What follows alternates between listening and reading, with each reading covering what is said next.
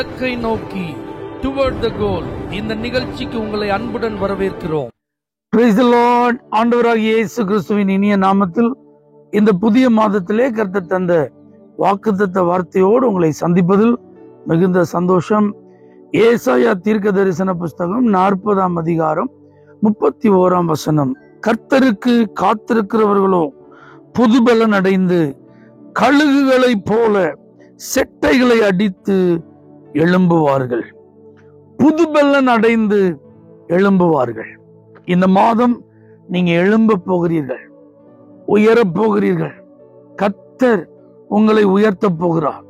அதற்கு தேவையான புதிய பலனை ஆண்டவர் தரப்போகிறார்.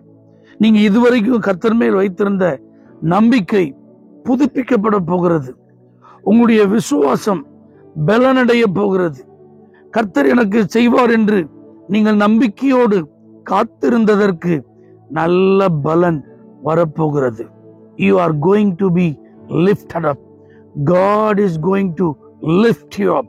நீங்கள் நிச்சயமாக இந்த மாதம் உயர்வடைவீர்கள், எழும்ப போகிறீர்கள். 10 மாதம் கடந்து விட்டதே, 11வது மாதம் பிறந்து விட்டதே. இந்த வருடம் நிறைவடைய இன்னும் சில நாட்கள் மாத்திரமே இருக்கிறது.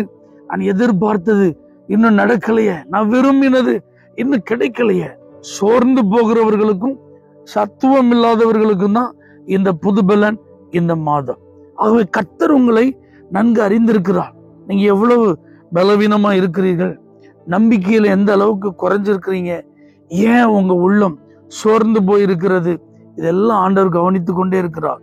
அதனாலதான் கழுகு எப்படி தன்னுடைய பலனை புதுப்பித்துக் கொள்ளுகிறதோ, அது எப்படி தன்னுடைய பலனை புதுப்பித்துக் கொண்டு இதற்கு முன்பு பறந்த உயரங்களை காட்டிலும் மேலான உயரங்களுக்கு பறப்பதற்கு எழும்புகிறதோ, அதை போல கர்த்தர் உங்களை எழும்ப பண்ணுவேன் என்று வாக்கு கொடுக்கிறார்.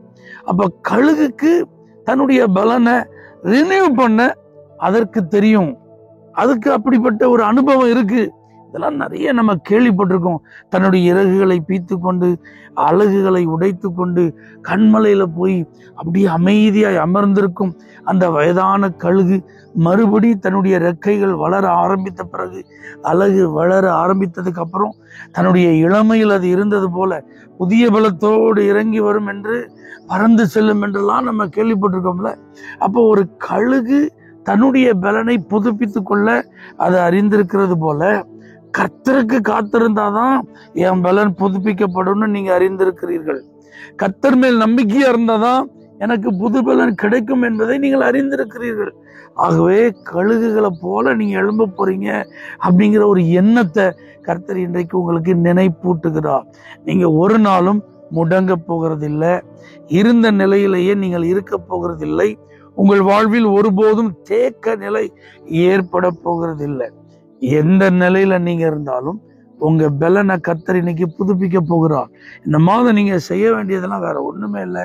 இந்த 10 மாதமும் உங்க பேர்ல நான் நம்பிக்கையோடு காத்திருந்திருக்கிற ஆண்டவரே என்னை எழும்ப செய்யும் என்று நீங்க அவரை நோக்கி பாருங்க. அவரிடத்தில் நீங்கள் சென்று ஆண்டவர் மேல் நீங்க வைத்திருக்கிற நம்பிக்கையை தொடர்ந்து அறிக்கையிடுங்க. சோர்வடைய மாட்டீர்கள், களைத்து போக மாட்டீர்கள். கர்த்தர் புதிய பலனை தந்து இந்த மாதத்துல உங்களை எழும்ப பண்ணுவார். எல்லா நிலைகளிலும் நீங்கள் உயரப் போகிறீர்கள். விசுவாசியுங்கள். காத்திருக்கிறவர்களே, நீங்கள் நிச்சயம் புதுபலன் அடைந்து எழும்புவீர்கள். தேவனே, 10 மாதம் காத்திருந்த பிள்ளைகளை நீங்க இந்த மாதம் எழும்ப செய்ய போகிறதற்காக ஸ்தோத்திரம். இயேசுவின் நாமத்தில் பிதாவே, ஆமென். For prayer contact, Pastor J. J. Kumar, El Shaddai Ministries, 9500252586, Surandai.